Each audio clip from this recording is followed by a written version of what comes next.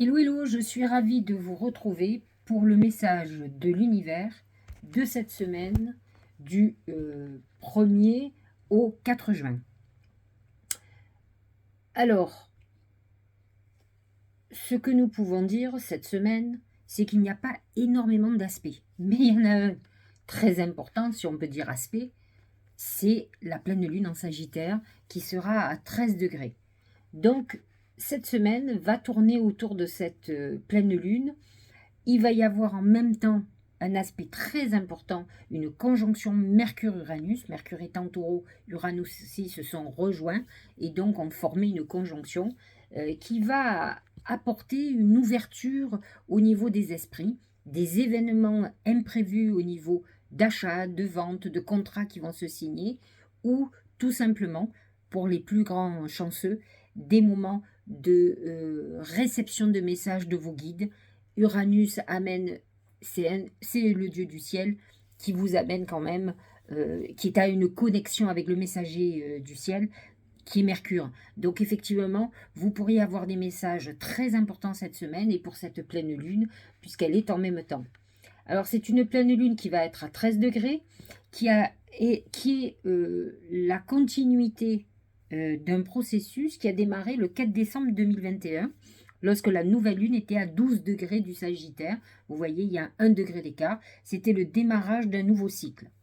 Et puis, la suite, ça a été le 3 septembre 2022 avec le premier quartier de lune à 11 degrés du Sagittaire. C'était le moment où on sentait qu'il y avait une action qui se préparait.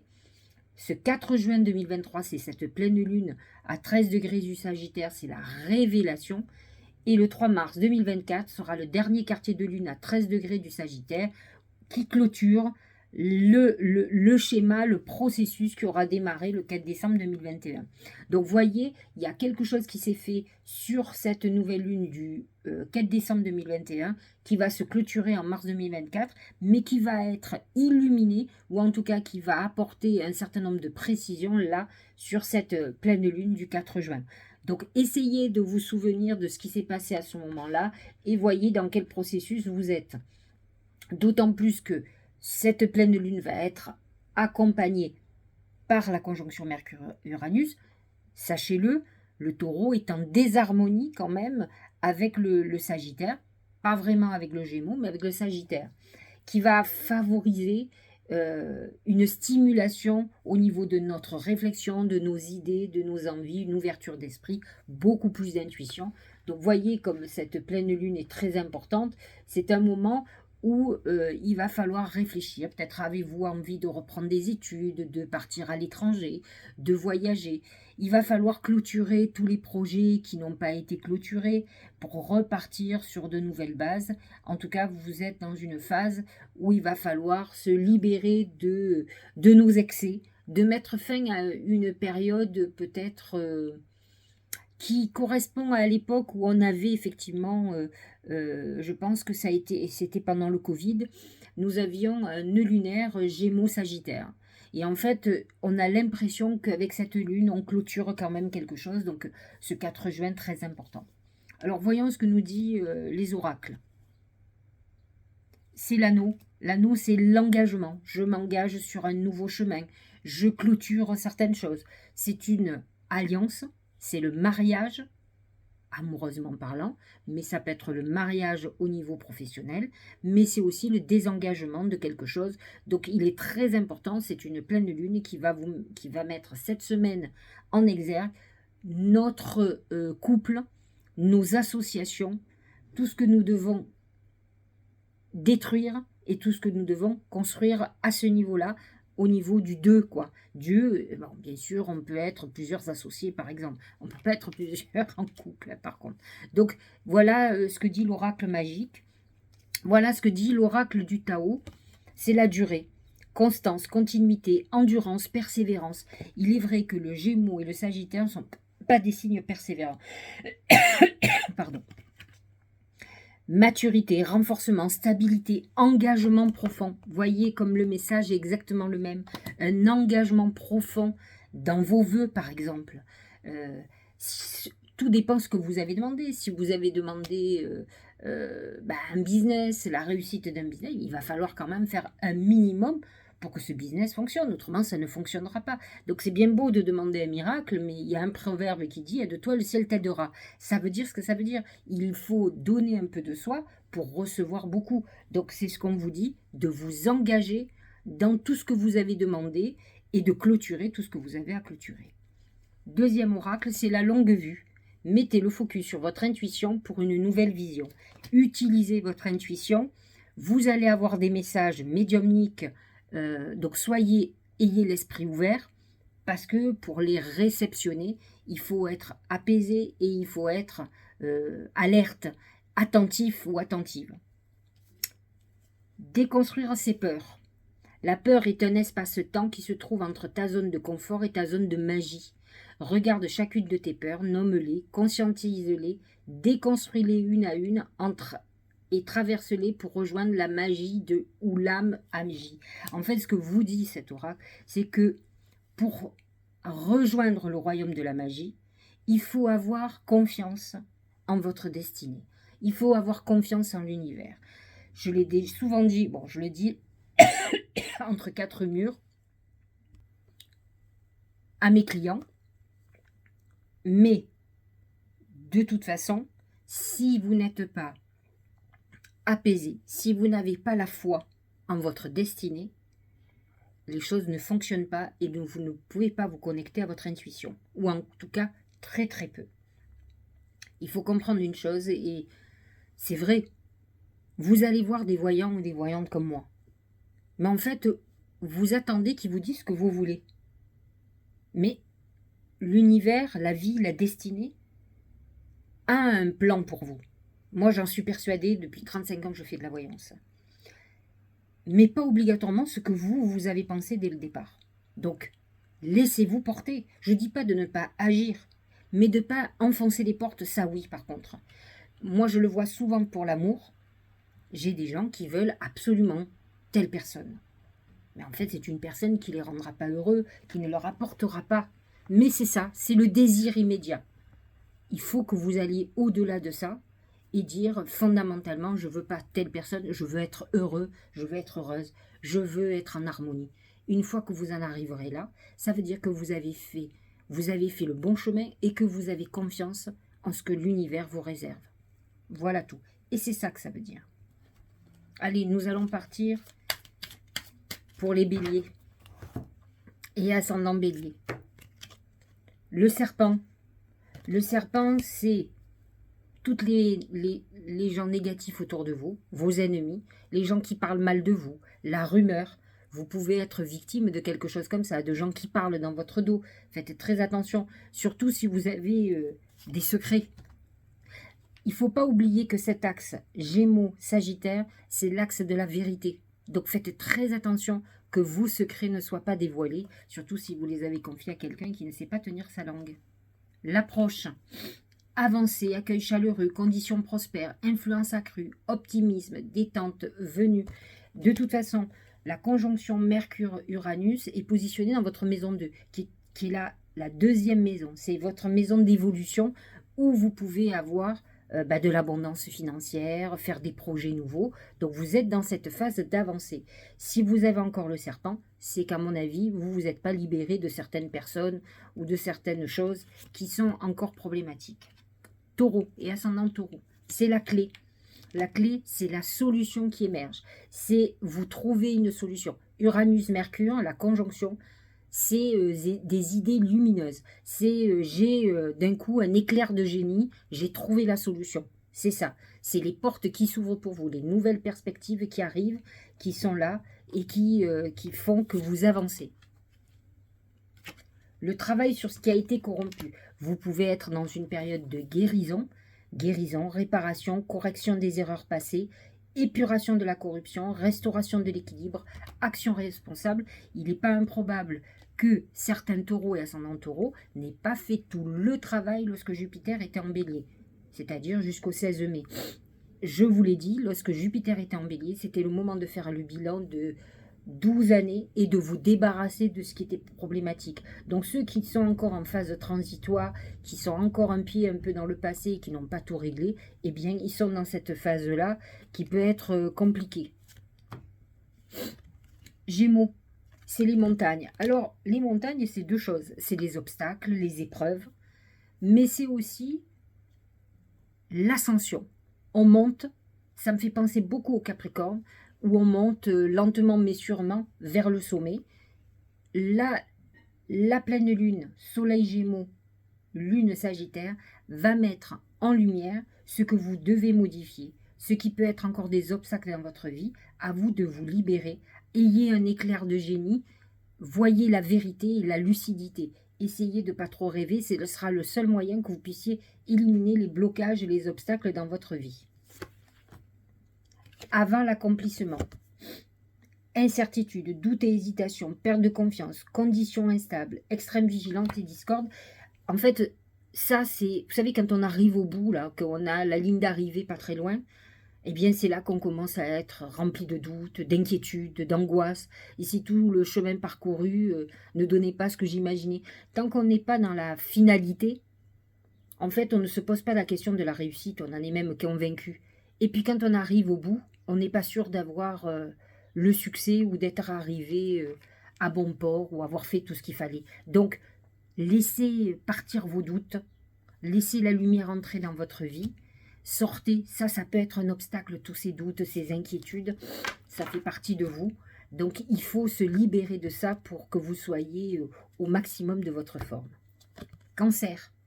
Cancer, c'est le bélier. Le bélier, c'est le dévouement, c'est l'innocence, c'est très cancer. C'est celui qui se consacre aux autres. Donc ça peut être un moment où vous soyez en rébellion contre ça, où vous avez l'impression que tout le monde vous exploite. Personne n'en a rien à foutre de savoir comment vous allez pas. Ça peut être un moment où vous n'ayez plus envie de tout ça. Alors faites très attention, parce que quand le bélier ressort dans le mar de café, on est dans cette phase de rébellion, mais on se dispute avec tout le monde. Parce qu'en fait, les gens ont l'habitude que vous vous occupiez que d'eux, et d'un coup, quand vous dites non, bah, ils ne comprennent plus. Ils se disent, mais qu'est-ce qu'elle a énervé, qu'est-ce que je lui ai fait? En fait, ils ne se rendent pas compte qu'ils sont allés au-delà de ce que vous pouviez supporter, et qu'en fait, vous avez juste besoin un peu de considération, de gratitude, et qu'en fait, il n'y en a pas. Le message est quand même de vous recentrer sur vous, de vous occuper de vous. Hein. Donc ça, c'est très important. Le rassemblement, c'est le rassemblement, l'amoncellement, la convergence, l'unification, combinaison des forces, supériorité de l'ensemble par rapport au parti. Vous avez besoin de retrouver votre puissance pour vous et de vous concentrer sur vous alors que vous mettez toute votre énergie pour les autres. Et en fait, pour un résultat médiocre. Je ne dis pas de laisser tomber les autres, mais vous devez être votre priorité. En tout cas, c'est ce que disent les oracles cette semaine. Lion. C'est le chien. Le chien, c'est l'ami, c'est la vitalité, l'amitié. Vous êtes dans une... La lune en Sagittaire est plutôt très favorable pour vous, même le Gémeaux. Donc c'est un signe ami pour vous, mais vous êtes dans une semaine où peut-être vous êtes en remise en question sur votre entourage, vos amis, votre relationnel, qui n'est pas obligatoirement le plus sincère. Donc vous avez besoin de cette fidélité, de ce soutien indéfectible et que peut-être vous ne trouvez pas. Donc c'est une période très importante. Les limites. Autodiscipline, pratique, respect de soi, introspection, entraînement à la patience, accumulation d'énergie, rituel et maturité. Vous pouvez être cette semaine dans une semaine où de grandes réflexions justement sur votre vie et peut-être vous allez poser des limites autour de vous, aux gens qui peut-être vont abuser et peut-être vous devriez vous en mettre à vous-même. Donc c'est une semaine un peu de réflexion, d'introspection, de remise en question. Le voyage pour les vierges, ascendant vierge. Alors honnêtement, pour moi, ça me parle puisque jeudi, je prends le bateau, je pars en Corse à Ajaccio, travailler. Donc le bateau, je vais le prendre. Mais voyage, le voyage, c'est aussi le mouvement. Donc les voyages comme moi, je vais faire cette semaine. Mais c'est aussi une nouvelle aventure, quelque chose qui démarre pour vous, qui est un démarrage de nouvelle vie. Donc c'est plutôt intéressant. Alors... Le soleil en Gémeaux est dans votre maison 10, donc c'est dans vos ambitions. Et la lune en Sagittaire est dans la maison 4, le foyer. Mais c'est vrai que ce soleil met la lumière sur vos ambitions, vos envies, vos désirs peut-être de nouvelle vie. La grâce, parure, élégance, une évidence de la beauté extérieure, reflet de l'intérieur, vanité, charisme, expression de soi. Une semaine où vous allez être beaucoup plus en harmonie avec vous. Vous serez vraiment détendu, bien en tout cas. Donc c'est un moment où on va s'occuper de sa beauté et de l'image qu'on donne aux autres, parce qu'on a besoin de ça aussi. Peut-être est-ce ça le nouveau voyage, s'occuper de soi et de son image. Balance et ascendant balance, c'est le succès, c'est la couronne, c'est la consécration de tous vos efforts, de tout votre travail. Donc on est dans une période plutôt faste, soleil en Gémeaux très en harmonie, Sagittaire, lune en Sagittaire en harmonie avec votre signe aussi. Donc vous êtes dans une semaine plutôt très favorable. La conjonction Mercure-Uranus n'est pas hyper en harmonie avec vous, mais vous avez de commun que tous les deux êtes des Vénusiennes. Donc cette énergie vénusienne va vous aider à aller vers votre bien-être en tout cas. Le pouvoir d'apprivoisement du petit, c'est très vierge ça. Alors il y a des balances qui sont de septembre d'abord et qui ont des planètes en vierge puisque c'est un signe voisin. Donc vous avez peut-être besoin aussi de travailler sur ce petit retenu, autosuffisance, préparation minutieuse, ingéniosité, empêchement mineur, adaptabilité. Il faut que, effectivement, vous arriviez à vous adapter aux situations, même si, pour vous, vous avez l'impression de démarrer un chantier. Justement, on vous dit que, justement, les petits ruisseaux font les grandes rivières. Donc, n'hésitez pas à faire même un petit pas par un petit pas. L'essentiel est d'avancer. Ça, c'est une de mes comment dirais-je, de mon adage. Moi, je pense qu'il vaut mieux avancer doucement mais sûrement que de vouloir avancer vite et finalement de faire que de l'immobilisme. Scorpion, c'est le brouillard, c'est la confusion, c'est les mensonges. Une semaine un peu embrouillée. Opposition Mercure-Uranus dans votre maison 7 peut amener des confusions au niveau de votre intuition. Vous pouvez avoir des doutes très importants. Et le brouillard, c'est finalement, est-ce de l'intuition, ou est-ce des craintes, ou est-ce même paranoïa. Les scorpions ont un côté très paranoïaque, où finalement, ils voient le mal partout. En tout cas, cette semaine, c'est pas le moment de prendre des décisions ou de déclencher des discussions, hein, parce que ça va tourner au conflit. Et justement, l'éclatement, impermanence, effondrement, détérioration, séparation, abandon, capitulation, élimination de ce qui est vieux et mort. Avec une opposition Mercure-Uranus dans votre maison 7, il y a des grandes chances que vous soyez en crise et que ça fasse une rupture amoureuse, une rupture d'associés. Donc faites très attention à votre explosion, parce que c'est ça en fait. Hein. Je pense que vous allez avoir du mal à vous gérer. Sagittaire et ascendant Sagittaire, c'est les étoiles. Bah, vous êtes guidé. C'est vos vœux qui vont être exaucés. Cette pleine lune, c'est la vôtre. La lune est dans votre signe. C'est un signe chanceux. La lune en Sagittaire amène la chance. Donc, il faut y aller, il faut faire des vœux, il faut travailler là-dessus, utiliser cette lune pour qu'elle vous donne tout son potentiel au niveau des vœux, au niveau des purifications, au niveau de tout ce que vous pouvez faire avec cette lune. Regardez, l'enthousiasme, ah ben ça c'est très Sagittaire, hein. Source d'inspiration pour les autres, expression, confiance en soi, intégralité, succès, partage, réponse positive. Vous êtes, si vous aviez un questionnement particulier, les étoiles et l'enthousiasme vous disent que vous aurez une réponse positive. Vous êtes sur la bonne voie, vous êtes guidé, donc vous êtes sur un cheminement favorable. Sachez-le, je ne sais pas ce que vous allez faire cette semaine, mais en tout cas, vous êtes sur la bonne voie. Capricorne, c'est le soleil. Épanouissement, rayonnement, accomplissement. C'est un moment où on retrouve sa lumière alors que peut-être vous avez eu des périodes un peu sombres. La conjonction Mercure-Uranus en taureau est favorable pour vous. En plus, elle est en maison 5 qui est la maison de la chance. Donc vous êtes cette semaine, il va y avoir quelque chose qui va arriver que vous n'attendez pas, une très belle surprise qui va faire que d'un coup vous allez rayonner totalement. Ça c'est plutôt sympathique. Il y a peut-être des belles nouvelles. stagnation, aliénation, impasse, stagnation, résistance, immobilisation, manque de sensibilité et méfiance. Alors, nous avons 2 styles de Capricorne et ascendant Capricorne, ceux qui bougent et ceux qui sont des moitiés de, comment dirais-je, des pèlerins, des gens qui sont plutôt dans l'introspection, qui ne manquent pas de confiance en eux pour certaines choses, mais qui font du surplace, qui n'avancent pas, qui peut-être ont peur de se lancer, je ne sais pas. En tout cas, ça amène une stagnation. J'ose espérer que ce soleil sur cette stagnation va débloquer cette phase de blocage, de stagnation pour les Capricornes, certains Capricornes et ascendants Capricornes, parce que pour certains, ça a dû être blocage, blocage, blocage, où tout était voie sans issue. Donc c'est le moment de vous réveiller. En tout cas, cette semaine, c'est une bonne semaine pour avancer. Verseau, c'est la grenouille. La grenouille, c'est la période de métamorphose, de transformation, mais une période un peu tristounette aussi. La grenouille, elle a un côté un peu ésotérique.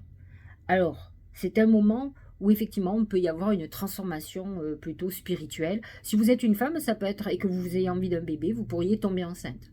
Cette phase de transformation, c'est une vision différente des choses. N'oubliez pas que Pluton est en Verseau, et qu'il amène une transformation profonde pour les Verseaux. Donc, vous êtes dans cette phase-là déjà. Cette transformation peut enclencher des gros dégâts. Et c'est ce que nous dit cette petite grenouille, que je trouve mignonne, hein, mais qui peut nous dire que ça peut être une semaine un peu tristounette, parce que vous sentez que ça bouge à l'intérieur de vous, et qu'il y a certaines choses qui peuvent vous contrarier, parce que si des choses ne fonctionnent pas comme vous voulez, ça va vous remettre vous en question, peut-être vous mettre face à un échec que vous avez fait, vous dire voilà, j'ai pas été capable, ou je suis pas arrivé. Ça peut être un peu compliqué cette semaine. L'opposition, eh oui, point de vue opposé, différences personnelles, rupture de communication, disharmonie, malentendu. On sent que cette semaine, ça peut être un peu compliqué émotionnellement, que ça peut être tendu de toute façon. Bon, on va finir avec les poissons. C'est le papillon. Le papillon, c'est la légèreté, la transformation. Vous êtes dans une période où vous avez envie de rien faire. Vous rêvez, vous êtes vous-même, quoi. Donc, mais je peux comprendre. Hein, en tout cas, profitez. Ça peut être un moment très créatif hein, aussi. Hein, c'est un moment où on rêve peut-être à sa nouvelle vie. Alors, l'oracle du Tao n'est pas d'accord avec ça du tout. Il vous dit discipline. Exercice de l'autorité, mise en place de limites, prise du taureau par les cornes, élaboration d'une stratégie, mobilisation des forces. J'ai l'impression que c'est très opposé. C'est-à-dire que vous pourriez être dans une période plutôt laxiste et le Tao vous dit non mais il est hors de question que tu continues à papillonner, à rêver. Il est temps que tu prennes le taureau par les cornes. La conjonction Mercure-Taureau est en sextile avec votre signe, donc est très en harmonie. Il vous dit de bouger. Alors, j'espère pour vous, et c'est ce qui est annoncé, qu'il va y avoir des événements qui vont précipiter les choses. Autrement, vous êtes parti pour buller. Hein. Ça, c'est sûr et certain.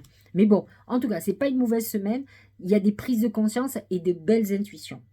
Voilà, j'espère que cette guidance vous aura éclairé. Je vous souhaite une très belle semaine. Je vais voir si je vais préparer la guidance, en tout cas les messages de l'univers de la semaine prochaine, parce que je serai en train de bosser comme une malade, puisque je vais travailler aussi dimanche, samedi jusqu'au soir. Donc ça va être très chaud pendant 7-8 jours d'affilée, pas de pause. Donc ça va être un peu dur le soir de vous faire les messages. Donc il est possible que je les prépare à l'avance, puisque de toute façon j'ai déjà toute mon astrologie qui est prête. J'ai juste à me connecter sur la semaine et c'est parti. Je vous souhaite une belle semaine et puis je vous ferai un petit coucou de Corse.